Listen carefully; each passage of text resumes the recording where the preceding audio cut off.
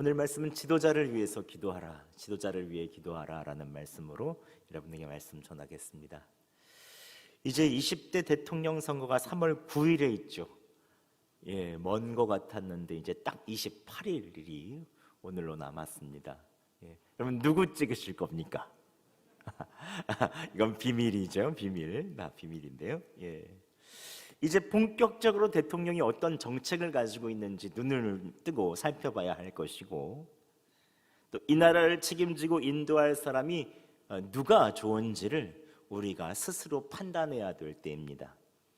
다른 사람에 이끌려 갈 것도 아니고 하나님께서 우리에게 주시는 마음, 특별히 그리스도인으로서 하나님께서 비춰주시는 영안으로 보는 것이 참 필요하죠. 그래서 그리스도인은 단순히 선택과는 상관없이 우리나라를 이끌 지도자를 위해서 기도해야 될 책임이 있습니다. 왜냐하면 하나님께서 말씀 속에서 지도자를 위해서 기도하라, 특별히 높은 지위에 있는 사람들을 위해서 기도하라 라고 말씀하시기 때문에 그렇습니다. 이것은 제가 아마 얘기한 것도 아니고 성경에서 얘기하고 있습니다.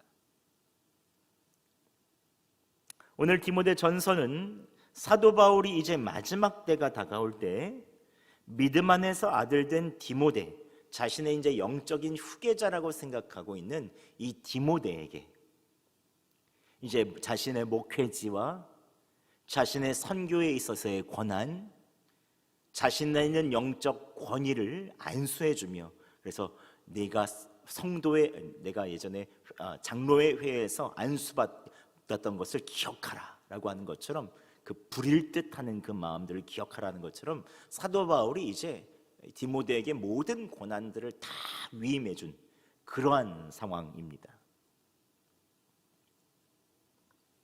즉 은퇴하시는 목사님이 다음번 목회를 이어가는 목사에게 이렇게 목회를 하라고 주는 말씀이라고 하면 될까요? 제가 만약에 20년 후가 되어서 여성동교에서 은퇴할 때 그날이 올까요? 그때 여기 계신 분들이 몇 분이나 계실라나?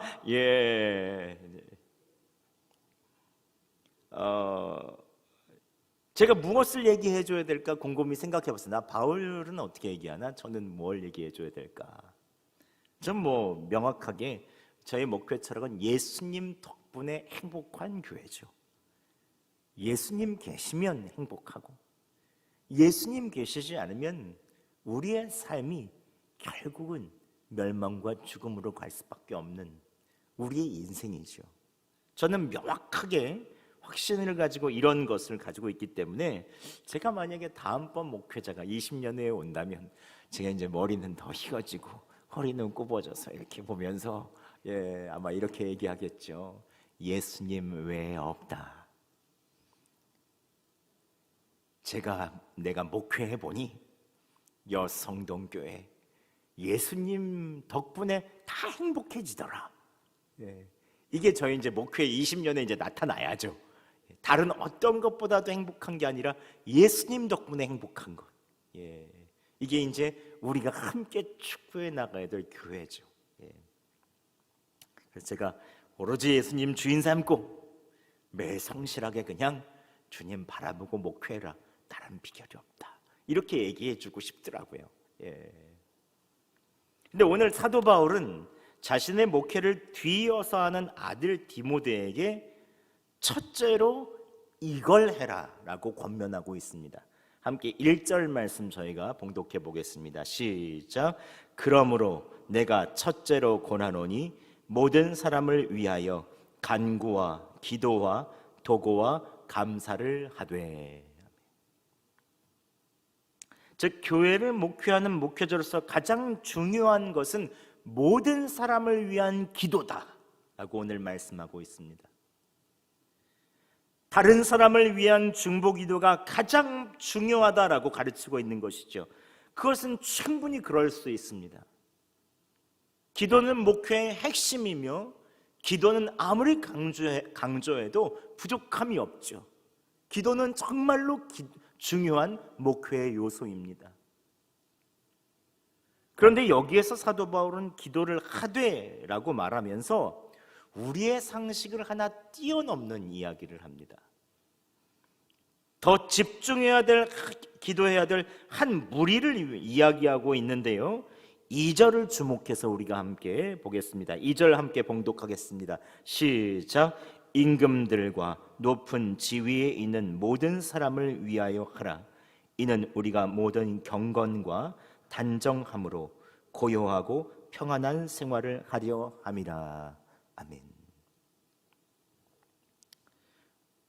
우리가 목회를 하면 교회 성도들을 위해서, 저도 많은 시간들을 위해서 기도합니다. 여러분들의 삶과 여러분들의 있는 문제들, 때때로는 연초에 낸 기도 제목들, 여러분의 자녀의 문제들, 많이 여러분들을 놓고 기도하죠. 이 시간을, 많은 시간을 할애해야 되는 것은 맞는데, 이것보다 더 중요한, 가장 중요한 첫 번째 기도가 무엇이냐? 그것은 바로 임금들과 높은 지위에 있는 사람들을 위해서 기도하라는 것입니다. 제가 얘기한 것이 아닙니다. 오늘 사도 바울이 자신에 있는 뒤이은 아들과 같은 목회자인 이 디모데에게 첫째로 내가 얘기한다면서 이 얘기를 하는 것이죠. 그렇다면 왜 지도자를 위해서, 높은 지위에 있는 사람들을 위해서 기도해야 될까요? 2절에는 그것을 두 가지로 말하고 있죠. 첫 번째는 지도자를 위한 중보 기도는 우리의 신앙 인격을 만든다는 것입니다. 신앙 인격을 만들죠. 2절에 보면 이는 우리가 모든 경건과 단정함으로, 즉 지도자를 위한 중보 기도가 우리의 경건과 단정함에 큰 영향을 미친다는 것입니다. 그런데 여러분, 이상하지 않습니까? 우리가 대통령 후보를 위해서, 지금같이 대선 후보인 대통령 후보를 위해서, 여수시장을 위해서 기도하는 것이 어떻게 우리의 경건과 단정함에 영향을 주는 일입니까? 우리가 지도자를 위해서 기도할 때 때때로는 하나님을 바꿀 수 있다고 생각하기가 쉽습니다. 그 말은 무슨 얘기하면, 이런 지도자가 되게 하여 주시옵소서, 이 사람이 뽑히게 하여 주시옵소서, 내가 원하는 사람, 이런 정치적인 성향을 가진 사람을 되게 하여 주시옵소서, 내가 원하는 정당이 되게 하여 주시옵소서, 내가 원하는 대로 이렇게 되기를 원합니다라고 하고 내가 원하는 것을 기도하기가 쉽습니다. 그런데 기도는 하나님을 바꾸는 것이 아니라, 기도는 주님을 바라보며 기도하는 나 자신을 바꾸는 것이죠. 그러니까 지도자를 위해서 기도하면 기도할수록 우리의 경건함에 있어서, 그리고 단정함에 큰 영향을 미친다는 것입니다. 경건은 예수님을 바라볼 때 가지는 태도, 하나님을 향한 태도고요. 단정함은 사람을 대할 때 대하는 태도입니다. 우리가 저 사람 참 경건하다라고 할 때 주님을 참 잘 바라보고 신앙이 좋다 이렇게 얘기하잖아요. 저 사람 난 단정하다 얘기할 때 저는 사람들한테 참 예의 있고 저 사람 참 성격 괜찮다 이럴 때 단정하다라는 얘기를 하죠. 근데 지도자를 위해서 기도하면 하나님께서 나 자신을 바꾸시는 두 가지 축복이 임한다는 것입니다. 첫 번째, 매일마다 예수님을 바라보며 이 지도자들을 위해서 기도하니 내 자신이 경건해지고, 또 매일마다 사람을 위해서, 특별히 하나님께서 부으신 권력의 사람들을 위해서 기도할 때, 그러니까 사람들을 향해서 기도하다 보니 내 자신이 어떤 사람이 되어야 될지 깨닫게 되고 내가 단정해진다는 것이죠. 이것이 기도의 축복이죠. 지도자를 위해서 기도할 때, 사람들을 위해서 기도할 때 하나님께서 주시는 이 두 가지 축복은 경건과 단정함입니다. 우리의 신앙 인격에 영향을 미치죠. 그래서 우리는 사람들을 위해서 기도해야 되고, 그래서 우리는 지도자를 위해서 기도해야 됩니다. 또 더 나아가서 지도자를 위해서 기도하는 것은, 두 번째로는 우리의 역사를 바꾸기 때문에 그렇습니다. 우리가 기도할 때 하나님께서 역사를 바꾸십니다. 오늘 본문에는 두 가지 단어가 나오는데 고요하고 평안한 생활을 하려 함이라 라고 말합니다. 제가 많은 분들에게 소원이 뭐냐라고 물어보면 나이가 드실수록 특별한 것을 말씀하시지 않습니다. 그냥 몸 건강하고 자녀들 그냥 잘 자라고 그냥 평안한 것, 이게 그냥 기도 제목이라고 말씀하세요. 특별한 게 별로 없어요. 왜 그런 것입니까? 인생에 대해서 깨달을수록 평화한 것이 좋은 것이죠. 일상적으로 그냥 고요하게 지나가는 것이 제일 큰 행복이라는 것을 알게 됩니다. 젊을 때는 내 힘으로 막 살다 보면 좌충우돌 삶이 널뛰기처럼 위로 올라갔다 내려갔다 아주 그냥 춤을 출 때가 있죠. 그럴 때는 뒤돌아보면 그것만큼 힘든 게 없거든요. 나이가 들면 들수록 오르락내리락 하는 삶이 그렇게 좋지 않습니다. 주님께서 주시는 평안과 고요가 좋죠. 그런데 여러분, 한번 개인의 역사뿐 아니라 우리나라 역사를 한번 살펴보시죠. 얼마나 많은 시간 동안에 외부적인 삶에 영향을 받고 흔들리고 긴장하고 불안해하는 삶이었는지 모릅니다. 우리나라 일제시대를 지났고 또 6.25는 말할 것도 없고요.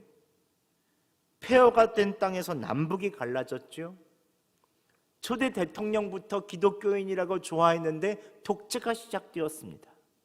사람에 있어서의 부패함을 깨닫게 되었죠.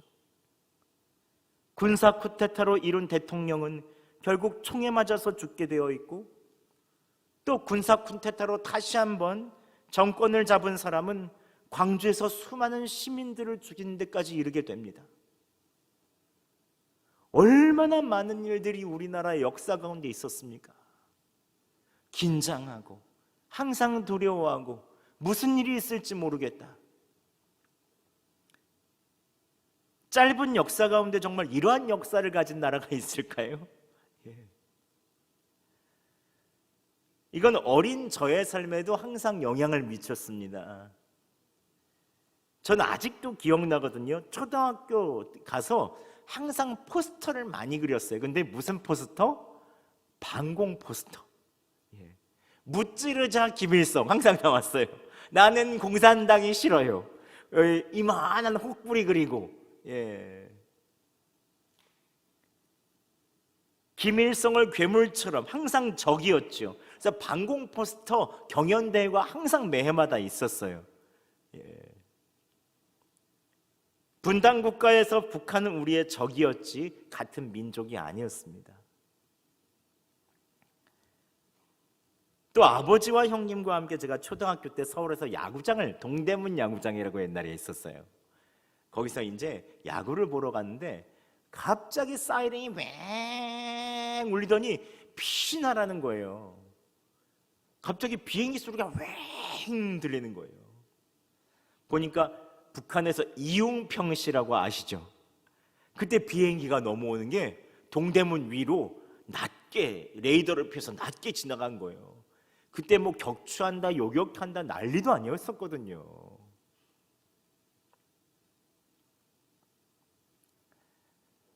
항상 북한에서 무슨 일을 저지를 것 같은 불안감이 나라를 휩싸고 있었죠. 근데 여러분, 요즘에 북한에서 미사일 터져도 별로 요동도 안 하시죠? 그만큼 우리가 얼마나 단련됐다는 얘기입니까? 이런 상황 가운데서.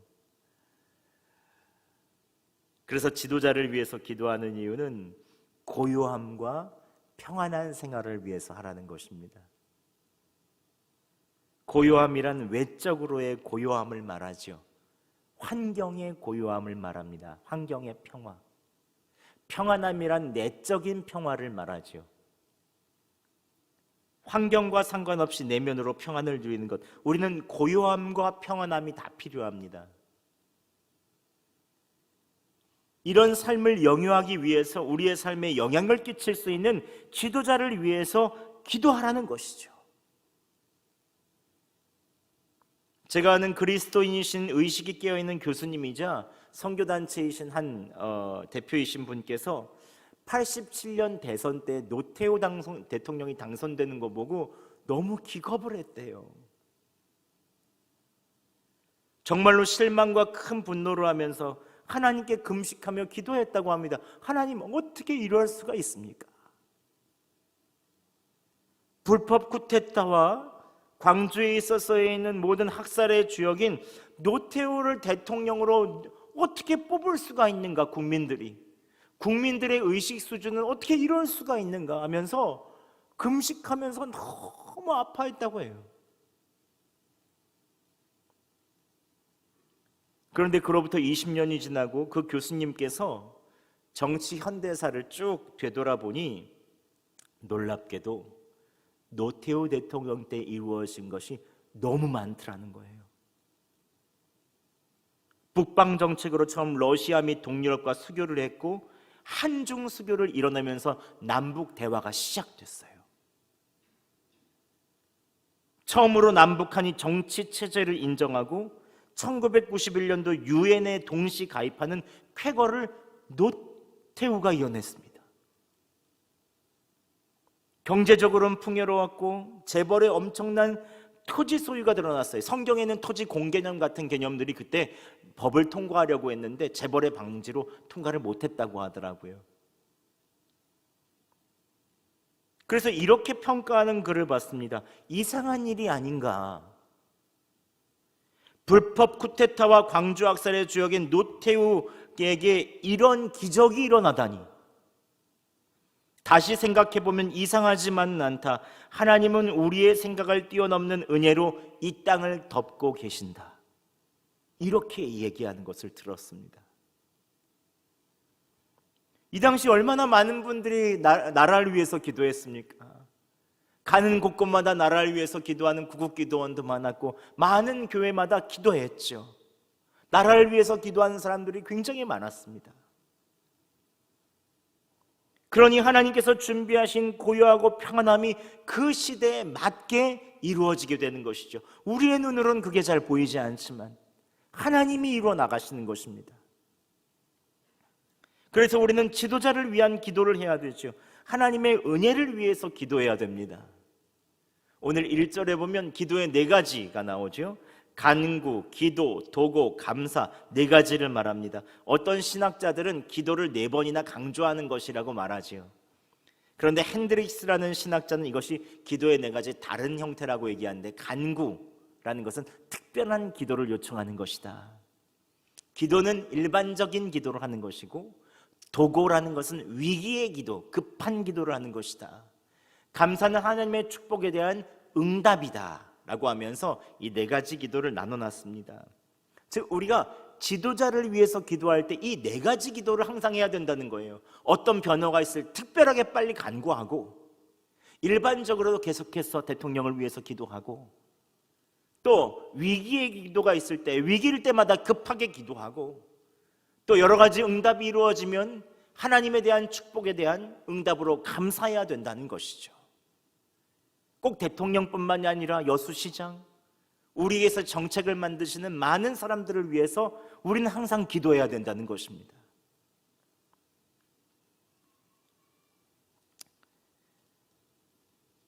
우리는 대선을 앞두고 다른 어떠한 말보다 대선 출마자들을 위해서 여러분 기도하시기 바랍니다. 이 사람이 내 마음에 들지 않더라도 기도하시기 바랍니다. 하나님께서 역사하여 주실 것입니다. 나라를 위해서 기도했던 아주 유명한 기도에만 이야기하고 우리 함께 기도하도록 하겠습니다. 독일의 라이프치 니콜라이 교회에 월요 평화 기도회라고 있었어요.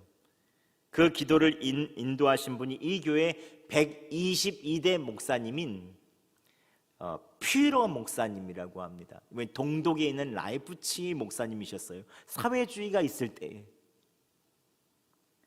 이 목사님 맨 처음 동독을 위한 평화기도회를 시작했는데 딱 6명이 참석했다고 합니다. 우리 동독을 위해서, 통일을 위해서 기도하자 했는데 딱 6명 참석했대요. 6명. 그거보단 여기 좀 많죠? 예. 6분이 참석했는데 그때 이렇게 기도했대요.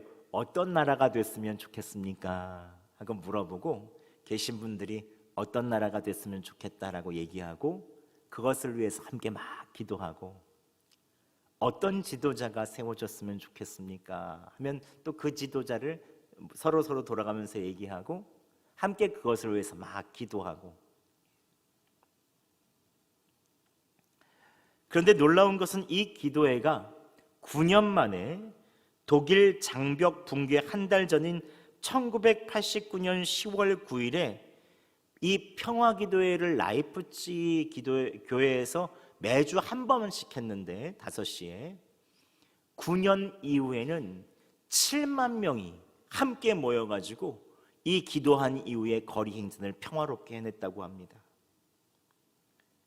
그리고 또 동독 전역으로 일주일 뒤인 10월 16일에는 기도회를 마치고 행진했는데 12만 명이 비폭력으로 평화롭게 행진하며 독일 통일을 위해서 함께 행진했는데 이때는 군인들도 경찰들도 함께 참석했다고 합니다. 피로 목사님은 이렇게 말합니다. 이 교회에서 시작된 평화기도회는 마치 겨자씨만큼 작은 기도회였다. 6명이 매주 나라를 위해서 기도하니 9년 만에 12만 명이 됐는데요. 이때 맨 처음 기도회는 작았지만 마지막 기도회를 회고하면서 이 피로 목사님이 이렇게 이야기했습니다. 여기 쓰여진 대로 이렇게 말씀하셨죠. 그 밤은 예수님의 영 가운데 있었다. 승자도 패자도 없었다. 예수님이 주시는 엄청난 안도감, 즉 평화만이 있었다라는 것을 마지막에 고민하면서 이 9년 동안의 기도회로 말미암아 통일이 이루어지게 됩니다. 동독의 한 교회에서, 서독도 아니었습니다. 사회주의에 있어서는 이 교회에 10년간 통일을 위해서 기도한 작은 기도 모임을 하나님께서 보시고 독일 통일을 이뤄내신 것입니다. 저는 이러한 기도회가 여성동교회도 이루어지기를 바랍니다. 지금은 코로나라서 작은 규모일지라도 저는 6명은 넘잖아요. 그렇죠? 서로가 꿈꾸는 나라, 우리가 꿈꾸는 지도자, 함께 나누며 그 나라와 그 사람들을 위해서 기도할 때 하나님께서 이 한국 땅을 통하여 통일 한국을 이뤄내실 줄 믿습니다. 한반도 최남단인 여수의 한 교회에서 시작된 나라를 위한 기도회를 통해서 하나님께서 국가의 지도자의 길을 밝혀주신다면 얼마나 놀라운 일이겠습니까?